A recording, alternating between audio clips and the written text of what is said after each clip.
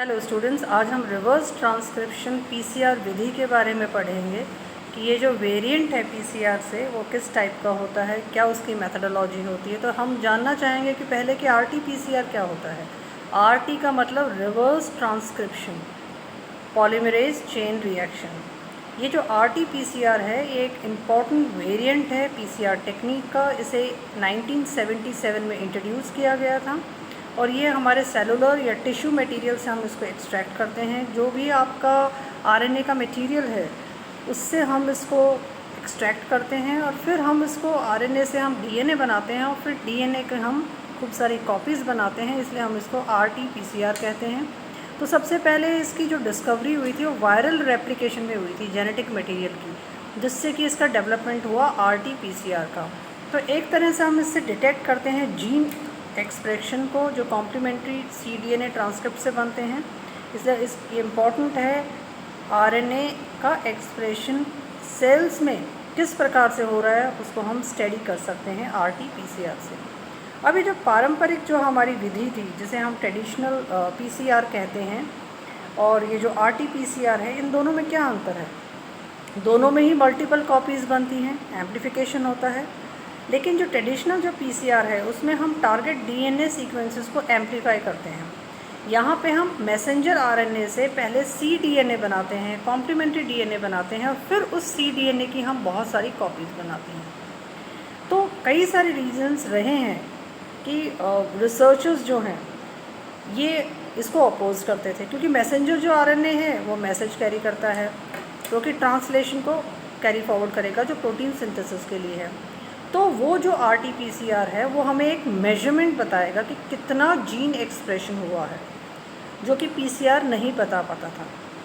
अब वो जो सीडीएनए है उसमें इंट्रॉन्स नहीं होते हैं जो कि डीएनए में होते हैं, बट सीडीएनए में नहीं होते हैं। इसलिए आरटी-पीसीआर जो है वो हमें प्रोवाइड करेगा genes that may be inserted into prokaryotes which can not and do not splice the introns out. इसलिए हम इस टेक्निक को डायग्नोसिस के लिए जेनेटिक डिजीज़ और वायरसेस की स्टडी के लिए, उनके जेनेटिक इन्फॉर्मेशन के लिए, क्योंकि जिनमें अगर जेनेटिक इन्फॉर्मेशन में अगर आपका जीनोम का मटेरियल आरएनए है तब हम आरटी-पीसीआर से ही उसके बारे में, उसके जीन एक्सप्रेशन के बारे में, उसके जेनेटिक कोड के बारे में हम डिकोड कर सकते हैं इन्फॉर्मेशन को।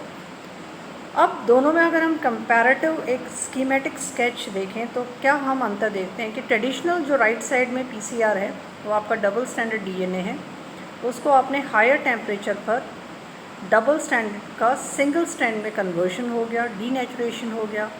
डीनेचुरेशन के बाद में एनिलिंग होगी, दो प्राइमर्स आके दोनों ही स्ट्रैंड्स के साथ में जुड़ेंगे P1 और P2, फिर उनका एक्सटेंशन होगा, एक्सटेंशन 72 डिग्रीज़ पे होगा, फिर उनकी कॉपीज़ बनेंगी। तो आपकी कितनी बन गई यहाँ पे, 2 से आपकी 4 कॉपीज़ बन गई। अगर हम बात करें रिवर्स ट्रांसक्रिप्शन पीसीआर की तो आपके आरएनए है जेनेटिक मटेरियल, जिसमें कि आप देख सकते हो कि poly A tail adenine sequences की टेल जुड़ी हुई है, यहाँ पे एक प्राइमर आके जुड़ेगा, तो ये रिवर्स ट्रांसक्रिप्शन होगा। अब इस आरएनए से सीडीएनए बन गया जो कॉम्प्लीमेंट्री डीएनए। अब इस सीडीएनए को आपने एम्पलीफाई किया है, बहुत सारी कॉपीज़ बनाई हैं। तो this is the basic difference between RT-PCR and traditional PCR.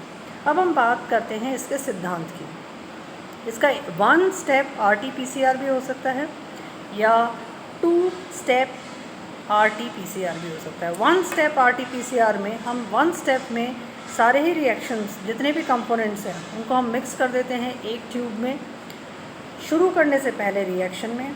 ये बहुत ही सिंपल है, बहुत ही कन्वीनियंट है, बहुत मिनिमाइज़ करता है कंटेमिनेशन को। तो जो रिजल्टिंग जो आपका सीडीएनए होगा उससे हम यूज़ नहीं कर सकते मल्टीपल मैसेजेस को डिकोड करने के लिए सिंगल आरएनए सैंपल से। अब जो 2 स्टेप आरटी-पीसीआर है वो इसको ओवरकम कर जाता है। यहाँ पे 2 स्टेप होंगे, पहले में होगा आरटी रिएक्शन और दूसरे में होगा amplification. RNA is first reverse transcribed into cDNA. Reverse transcriptase enzyme से RNA कन्वर्ट हो जाएगा cDNA में। रिजल्टिंग जो cDNA है उसको हम टेम्पलेट के तौर पर PCR के अब सारे स्टेप्स होंगे, तीनों ही स्टेप्स होंगे PCR के, चाहे वो डीनेचुरेशन हो, एनिलिंग हो या एक्सटेंशन हो, जिसमें कि हम 2 प्राइमर्स के द्वारा उसको करेंगे। तो ये दोनों ही स्टेप्स जो हैं, 2 स्टेप्स RT-PCR और 1 स्टेप RT-PCR। तो ये जो 2 स्टेप है इसमें RNA cDNA बनाएगा रिवर्स ट्रांसक्रिप्टेज से, और cDNA से आपके टेम्पलेट्स बनाएगा जिससे आप एम्पलीफाई करोगे। फर्स्ट स्टेप में हम एक ही जगह में हम उनको मिक्स कर देते हैं। ये सिंप्लिसिटी कन्वीनियंस प्रोवाइड करता है, बट 2 स्टेप का एडवांटेज होता है 1 स्टेप के ऊपर कि आप डिटेक्ट कर सकते हो मल्टीपल मैसेजेस, जो कि एक RNA जिससे आपका जो जेनेटिक मटेरियल जो कि सैंपल के तौर पर इस्तेमाल कर रहे हो उससे आप उसको एनालाइज कर सकते हो। अब हम इन दोनों में तुलना करें कि 1 स्टेप प्रोसीजर और 2 स्टेप प्रोसीजर में जो हम प्राइमिंग करते हैं फर्स्ट स्ट्रैंड cDNA के साथ में, उसमें हम 1 स्टेप में जीन स्पेसिफिक प्राइमर्स इस्तेमाल करते हैं। यहाँ पे हम ओलिगो DT प्राइमर यूज़ कर सकते हैं, रैंडम हेक्सामेयर्स यूज़ कर सकते हैं, जीन स्पेसिफिक प्राइमर्स यूज़ कर सकते हैं। और अगर हम देखें कि फ्लेक्सिबिलिटी और कन्वीनियंस कैसा है, तो 2 स्टेप जो प्रोसीजर है उसमें फ्लेक्सिबिलिटी होती है, प्राइमर में फ्लेक्सिबिलिटी होती है, कोई भी प्राइमर आप यूज़ कर सकते हो, कितनी कॉपी आपको बनानी है एम्प्लीफिकेशन सिस्टम में उसकी आपके पास चॉइस होती है। ये सेव करता है सम RNA को, और ये एबिलिटी करता है कि जो आपकी ऑप्टिमाइज़ करने के लिए जो डिफ़िकल्ट RT-PCR जो होती हैं, जो कि कंबाइन करेंगे platinum enzymes for higher specificity, तो उसके लिए ये ऑप्टिमाइज़ करता है। अगर हम इसकी तुलना करें 1 स्टेप से, तो ये एम्पलीफाई करता है एंजाइम्स को जो कि प्री मिक्स्ड होते हैं रिवर्स ट्रांसक्रिप्टेज से। इसके जो स्टेप्स हैं वो बहुत कम हो जाते हैं, ये बहुत सेंसिटिव होता है। ये रिकमेंडेशन अगर हम ये करें कि क्या क्या इसके एप्लीकेशन एरियाज़ हैं 2 स्टेप प्रोसीजर के, तो ये डिटेक्शन और क्वांटिफाई करता है बहुत सारे मैसेजेस को एक ही आपके RNA सैंपल से। और ये जो है ये बहुत सूटेबल है एनालिसिस के लिए, लार्ज नंबर ऑफ सैंपल्स के लिए। ये आइडियल है रियल टाइम क्वांटिटेटिव टेक्निक के लिए। यही चीज़ हम इस डायग्राम से भी विजुलाइज कर सकते हो कि जो 1 step versus 2 step RT-PCR procedure.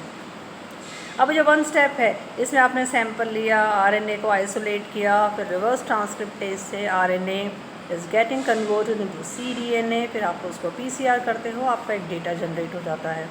अगर हम 2 स्टेप की बात करें तो आपका सैंपल होता है, उससे आप RNA को आइसोलेट करते हो, रिवर्स ट्रांसक्रिप्टेज करते हो, cDNA करते हो, और आपका डेटा जनरेट होता है। तो यहाँ पे पहले आप करोगे उसका एम्प्लीफिकेशन और फिर आप करते हो उसका PCR टेक्निक को। तो यहाँ पे आप एक ही साथ कर रहे हो, वहाँ पे आप 2 स्टेप्स में करते हो, तो it is the comparative distance. Protocol क्या फॉलो करोगे आप 1 स्टेप RT-PCR और 2 स्टेप RT-PCR में? 1 स्टेप में हम mRNA टारगेट्स को लेते हैं। हमारा टारगेट्स का एक साइज़ फिक्स होता है कि हमें 6 किलो बेस पेयर्स तक का लेना है, और उसे हम रिवर्स ट्रांसक्रिप्शन के लिए यूज़ करते हैं, और PCR एम्प्लीफिकेशन करते हैं सिंगल टेस्ट ट्यूब में। हम एक स्टेप में एक RT-PCR किट यूज़ करेंगे जिसमें हम मिक्स करेंगे एंजाइम को और PCR सिस्टम को, जिसमें हम tag DNA polymerase plus reverse transcriptase को यूज़ करेंगे प्लस प्रूफ रीडिंग पॉलीमरेज को। कहने का मतलब हम 3 एंजाइम्स को मिक्स करेंगे 1 स्टेप RT-PCR में, reverse transcriptase, tag DNA polymerase और प्रूफ रीडिंग पॉलीमरेज। जितना भी हमारा नेसेसरी मटेरियल है, इक्विपमेंट है, इंस्ट्रूमेंट्स हैं, वी हैव टू मेंटेन और प्रिपेयर ए रिएक्शन मिक्सचर जिसमें कि हम DNTPs, प्राइमर्स, टेम्पलेट RNA और बफर सोल्यूशन और ये जो तीनों एंजाइम्स हैं इनको मिक्स कर देंगे।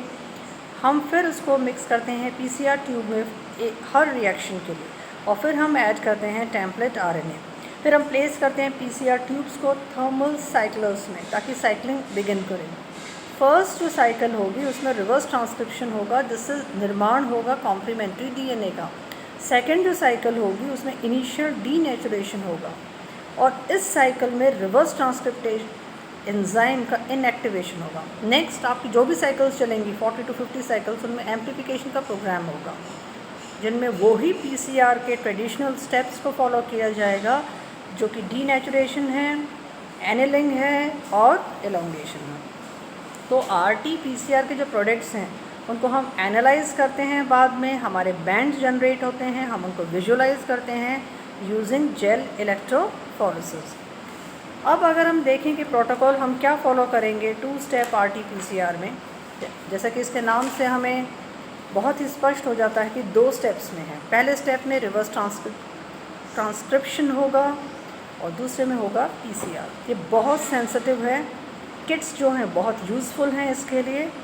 अब हम इसमें कंबाइन करते हैं जो हमने एक्सट्रैक्ट किया है, जो भी आपका सेलुलर या टिश्यू से आपने जो RNA को एक्सट्रैक्ट किया है वो आपका टेम्पलेट RNA है। उसमें आपने प्राइमर्स को डाला है, आपने DNTP को मिक्स किया है और न्यूक्लियस को मिक्स किया है free water in A PCR tube. फिर आप RNA इनहिबिटर को डालते हो और रिवर्स ट्रांसक्रिप्टेज एंजाइम को डालते हो PCR ट्यूब में। फिर आप प्लेस करते हो PCR ट्यूब को थर्मल साइक्लर में फॉर 1 साइकिल, जिसमें आपके तीनों स्टेप्स होंगे, जिससे कि इनएक्टिवेशन होगा रिवर्स ट्रांसक्रिप्टेज एंजाइम का। अब क्योंकि उसका इनएक्टिवेशन हो गया तो अब हम रेडी हैं एम्प्लीफिकेशन के लिए। जैसे हम प्रोसीड करेंगे डायरेक्टली टू PCR और PCR को आप परफॉर्म करोगे। तो स्टेप 1 में आपने क्या देखा कि आपने सैंपल को लिया है, आपने प्राइमर को लिया है, आपने DNTP को लिया है, आपने न्यूक्लियस को लिया है, आपने RNA इनहिबिटर्स को लिया है और आपने रिवर्स ट्रांसक्रिप्टेज लिया है और फिर आपने इसको रन किया है और लास्ट में आपने उसको इनएक्टिवेट किया है। स्टेप 2 में हम मास्टर मिक्स लेते हैं, जिसमें कि आपका बफर है, मैग्नीशियम क्लोराइड है, DNTPs हैं, टैक DNA पॉलीमरेज, आप पे टैक पॉलीमरेज एंजाइम है और न्यूक्लियस फ्री वाटर है। फिर आप उसके अकॉर्डिंग आपके प्राइमर्स को डालोगे, थर्मल साइकिल्स को, जो भी आपके रिक्वायर्ड साइकिल्स हैं से अबाउट 30 to 40 साइकिल्स, उनमें आपकी कॉपीज़ बनेंगी, एम्प्लीफिकेशन होगा। उसमें तीनों ही स्टेप्स जो आपके ट्रेडिशनल स्टेप्स हैं PCR के वो आप रन करोगे और अल्टीमेटली आप उसको एनालाइज करोगे, विजुअलाइज करोगे जेल इलेक्ट्रोफोरेसिस से।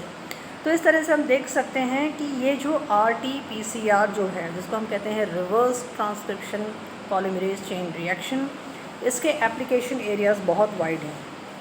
तो ये एक तरह का एक्सपोनेंशियल एम्प्लीफिकेशन है, जिसमें हम reverse transcription polymerase chain reaction से एक हाईली सेंसिटिव टेक्निक को, जिससे कि हमें ट्रेडिशनली बहुत लो नंबर ऑफ RNA मॉलिक्यूल्स मिल रहे थे, अब हम उन RNA मॉलिक्यूल्स की बहुत सारी कॉपीज़ को यूज़ कर सकते हैं, जिससे हमें बहुत हेल्पफुल है in many areas, many research areas, जिसमें कि हम सेमी क्वांटिटेटिवली या डिटर्मिनेशन कर सकते हैं स्पेसिफिक डिफरेंट RNA मॉलिक्यूल्स के लिए।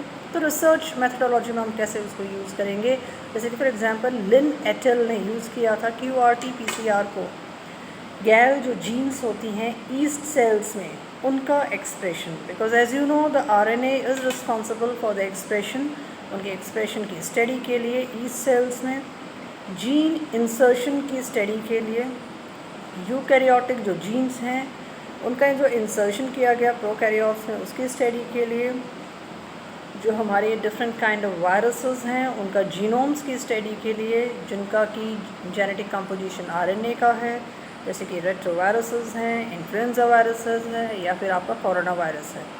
जेनेटिक जो डिज़ीज़ डायग्नोसिस है उसके लिए भी हम इसको जेनेटिक डिजीज़ में लिश-नैन सिंड्रोम के लिए हम इसको यूज़ करते हैं।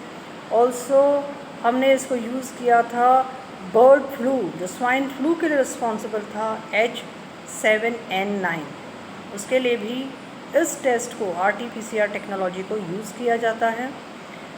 और ये जो जेनेटिक डिजीज़ डायग्नोसिस में टेस्ट के लिए हम कोविड-19 के लिए भी हम इसको यूज़ करते हैं। फॉर कैंसर डिटेक्शन ऑल्सो हमारे जो वैज्ञानिक हैं वो निरंतर RT-PCR में किस तरह से कैंसर की रोकथाम के लिए, उसकी मॉनिटरिंग के लिए, उसकी थेरेपी के लिए हम इसको यूज़ कर सकते हैं। हम स्टडी करते हैं जीनोम्स को वायरसेस के लिए जिनका कि कंपोजिशन RNA का बना हुआ है। तो एक तरह से हम करें कि इसका जो एरियाज़ हैं वो बहुत वाइड स्प्रेड इसके एरियाज़ हमें देखने को मिलते हैं। Thank you for listening to the RT-PCR techniques.